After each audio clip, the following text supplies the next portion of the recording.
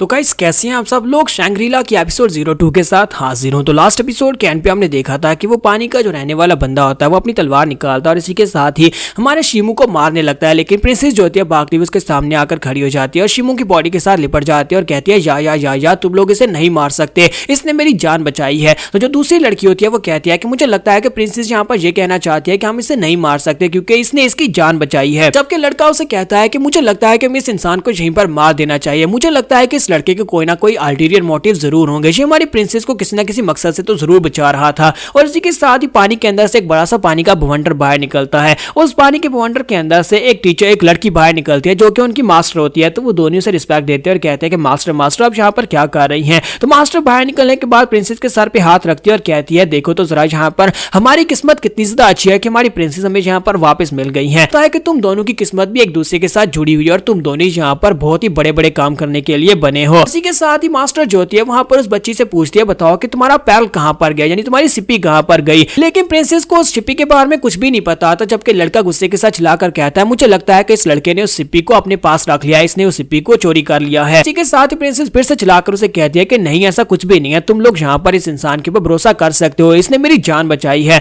तो मास्टर कहते हैं कि तुमने कहा कि इस इंसान ने तुम्हारी जान बचाई और तुम्हारी जान बचाने के चक्कर में इस बेचारे के दोनों हाथ भी काट गए थे और तुमने यहाँ पर अपनी एनर्जी के साथ इसके दोनों हाथों को दोबारा से रिकवर करवा दिया और हो सकता है कि उसी चक्कर में तुम्हारी सिप्पी जो है वो एनर्जी बनकर इसके हाथों में चली गई है। इसी के साथ ही टीचर ये बात सुनने के बाद कहती है चलो फिर ठीक है हम लोग यहाँ पर से जा रहे हैं। तो उसके दोनों डिसिपल उसे कहते हैं टीचर क्या वाकई में यहाँ पर से इस इंसान को जाने देना चाहती हैं। तो टीचर उसे कहती है हाँ क्यों नहीं, मुझे लगता है कि इस लड़के ने यहाँ पर तुम्हारी रेस की एक स्पिरिट की जान बचाई है, तो फिर मुझे लगता है कि इस इंसान की जान बचाना हमारा फर्ज बनता है। मैं चाहती हूँ कि तुम इस इंसान को उठाओ और जाकर जमीन के ऊपर छोड़कर आओ। वो दोनों इस बात से काफी ज्यादा गुस्सा होते हैं, लेकिन इसके बावजूद वो हमारे शिमू को उठाते हैं और उसे जाकर बीच के ऊपर छोड़ आते हैं। तो जब वो उसे छोड़कर आ जाते हैं और उसके बाद वो प्रिंसेस जो होती है वो अपनी मास्टर के साथ पानी के अंदर जा रही होती है, तो उसकी मास्टर उसे कहती है कि जियांगजू तुमने इस इंसानी बच्चे के लिए जो कुछ भी करना था वो कर दिया और वैसे भी तुम यहाँ पर अपनी पावर्स को बहुत ही ज्यादा एक्सट्रीम यूज कर चुकी हो उस लड़के के ऊपर, और मुझे नहीं लगता कि अब दोबारा तुम कभी उस लड़के को देख पाओगे और ना ही तुम्हें यहाँ पर इसकी इजाजत मिलेगी, क्योंकि हमारे जो हम पानी के अंदर रहते हैं और वो इंसान जो कि धरती के ऊपर रहते हैं उनके दरमियान में बहुत बड़ा गैप है और हम सभी लोग एक दूसरे से इस तरह नहीं मिल सकते।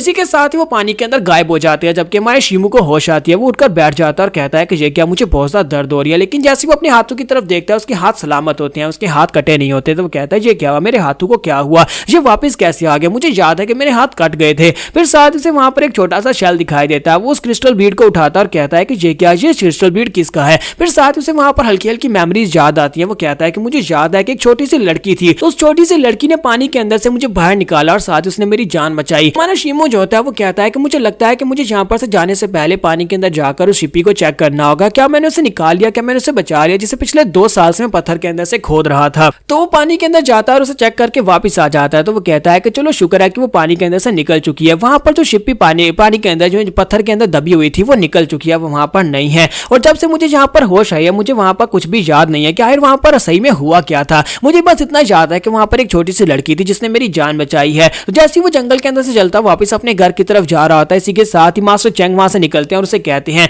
यंग मास्टर शी, क्या तुम्हारा नाम यंग मास्टर शी है। तो जैसे वो उसे बताता है कि हाँ मेरा नाम यंग मास्टर शी है, लेकिन तुम कौन हो। और इसी के साथ ही वो उसके सामने घुटने टेक देते हैं और कहता है कि मैं बटलर चेंग हूँ, मैं जिन फैमिली की तरफ से यहाँ पर आया हूँ, जिन फैमिली की तरफ से आपके डैड ने मुझे यहाँ पर ऑर्डर देकर भेजा है ताकि आपको लाया जा सके, मैं आपको जिन फैमिली में वापस ले जाने के लिए आया हूँ। तो मोशी उसे कहता है कि क्या तुम मेरे फादर को जानते हो। तो वो कहता है हाँ मैं आपके फादर को जानता हूँ। तो मास्टर चैंग उसे उसके डैड के बारे में बताता है कि तुम्हारे डैड एक बहुत ही महान और कमाल के मार्शल आर्टिस्ट हैं, एक बहुत ही कमाल के वॉरियर हैं। उन्होंने जिन फैमिली को अपनी यंगर एज में ज्वाइन किया और उसके बाद से उन्होंने बहुत सारे अचीवमेंट्स को हासिल किया, जिसकी वजह से जिन फैमिली में उन्होंने अपनी जगह बनाई। लेकिन अब वो बहुत ही बुरी तरह से बीमार हो चुके हैं, इस वक्त वो बिस्तर के ऊपर पड़े हुए हैं। अब जबकि वो बिस्तर के ऊपर पड़े हुए मरने वाले हैं, तो मरने से पहले वो अपने बेटे को मिलना चाहते हैं। तो इसी वजह से उन्होंने यहाँ पर तुम्हें बुलाया ताकि मरने से पहले तुम उन्हें गुड बाय बोल सको।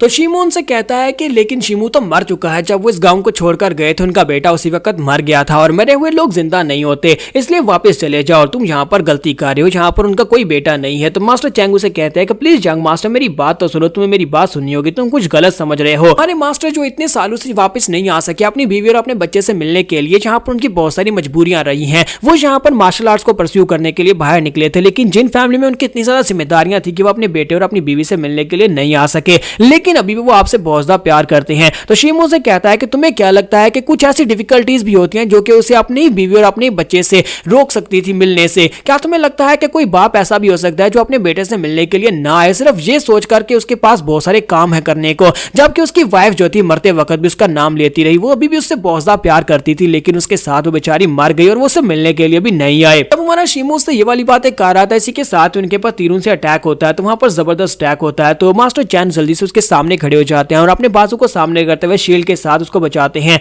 और उसे कहते हैं कि तुम यहीं पर पीछे रहना। साइड के ऊपर से दो वॉरियर्स निकल आते हैं। वो उसे कहते हैं कि देखो देखो यहाँ पर मैं क्या मिला, हमें पता था कि अगर चैन कमीने को फॉलो किया तो फिर हमें यंग मास्टर मिल ही जाएगा। अब जबकि यहाँ पर चैन मिल चुका है, साथ ही यंग मास्टर भी मिल चुका है, तो हम दोनों यहाँ पर इस यंग मास्टर को मारने के लिए आए हैं। तो बटलर चैन उन दोनों से कहता है कि ब्याओ ब्रदर्स, तुम लोग यहाँ पर क्या कर रहे हो? तुम लोग भी तो हमारी जेजिन फैमिली का हिस्सा हो, क्या तुम यहाँ पर रिबेलियन करना चाहते हो? तो शीमू जो होता है वो मास्टर चैन से कहता है कि मुझे लगता है कि तुम्हारी फैमिली का दुश्मन है, जबकि मास्टर चैन से कहते हैं कि नहीं, ये मेरी फैमिली का दुश्मन नहीं है, बल्कि ये तुम्हारा दुश्मन है, ये यहाँ पर तुम्हें मारने के लिए आया है। तो दोनों ब्याओ ब्रदर्स से कहते हैं कि बुड्ढे खुसट कहीं के चुपचाप इस लड़के को हमारे हवाले कर दो, हम सिर्फ और सिर्फ इस लड़के के लिए आए हैं और यहाँ पर यही समझे कि तुम यहाँ पर थे ही नहीं, हम बस इस लड़के को मारेंगे और यहाँ से चले जाएंगे, और अगर तुम यहाँ पर हमें रोकने की कोशिश करोगे तो फिर तुम भी यहीं पर मरोगे। तो मास्टर चैन उनसे कहता है कि लगता है कि फिल थैल्डर जो है वो यहाँ पर यंग मास्टर को सच्ची में मरवाना चाहते हैं, इसी वजह से वो इस हद तक गिर चुके हैं कि उसने यहाँ पर तुम्हारे जैसे कमीने असैसिन्स को भेज दिया ताकि वो यंग मास्टर को मरवा सके,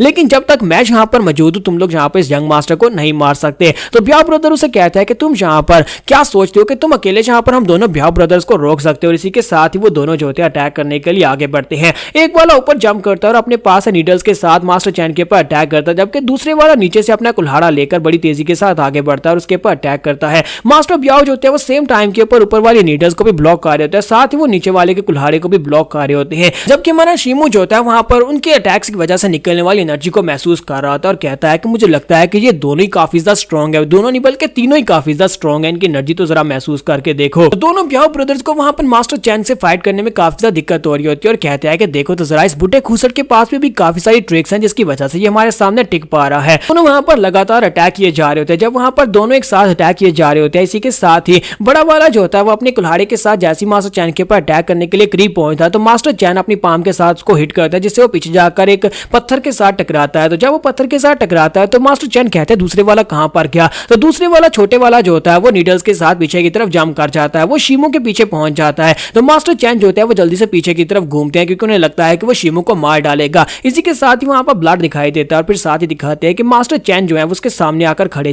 हो जाते हैं। वो बड़ी तेजी के साथ सामने आ जाते हैं और सारी नीडल्स जो होती है मास्टर चैन की बॉडी के अंदर दस जाती हैं। तो हमारा शीमू से कहता है कि मास्टर क्या आप ठीक हो? लेकिन मास्टर चैन की हालत काफी ज्यादा खराब हो चुकी होती है और दूसरी तरफ से बड़ा कुल्हाड़े वाला भी उठकर आ जाता है और वो अपना बड़ा सा कुल्हाड़ा लेकर आगे बढ़ता है और कहता है कि अब तुम्हारे पास यहाँ पर बचने का कोई मौका नहीं है, अब पहले तुम्हें यहाँ पर मारेंगे उसके बाद इस लड़की को मारेंगे। और बड़ी तेजी के साथ आगे बढ़ता है और मास्टर चैन के ऊपर आकर अटैक कर देता है। जहाँ पर हम लोग अपनी एपिसोड 02 का एंड करेंगे। नेक्स्ट एपिसोड में देखेंगे क्या मास्टर चैन यहाँ पर शीमू को बचा पाएंगे या फिर शीमू यहाँ पर अपनी पावर्स को यूज करेगा, हम लोग नेक्स्ट एपिसोड में ही देख पाएंगे। तो एपिसोड की एक्सप्लेनेशन अच्छी लगी हो तो कमेंट करके जरूर बताइएगा, वीडियो को लाइक करना मत भूलिएगा। Thank you.